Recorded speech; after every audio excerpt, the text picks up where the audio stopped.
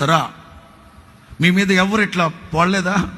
మీ మీద ఎవరు ఇట్లా దొబ్బిగా పడలేదా? అసూయ, కక్షలు, విమతాలు, అల్లరితో కూడిన ఆటపాటలు, అసూయ, ద్వేషం, మనమానాన మనం బతుకుతుంటే మధ్యలో మీరేందిరా? ఈ దినమున అట్లాంటి మనుషుల చేతిలో పడకుండా నేను మిమ్మల్ని విడిపిస్తాను. దుర్మార్గంగా లేచిన వాళ్ళు ఎవరైనా ఉంటే, గతంలో మన మీద అస్తమాట్లు అసూయపడి వీళ్ళందరినీ దేవుడు ఏం చేస్తారు తెలుసా? జుట్టు పట్టుకొని తీసుకొచ్చి నీ ముందు కూర్చోబెడతాడు. హ్యాపీగా ఫోన్లే స్తోత్రం. మన శత్రువు ఎదురు కూర్చొని తింటా ఉంటే వాడు ఎదుటి కాదు, మనం తింటా ఉంటే వాళ్ళు ఆకలితో ఉండడం కాదు, నీళ్లు నవ్వులుతారు, నాగుతారు ఇస్తర్లు. అది స్తోత్రం చెప్పు గట్టిగా.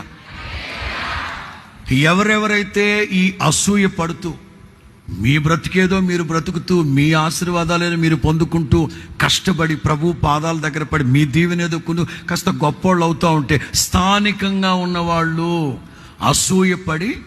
అసూయ పడుతున్నారు.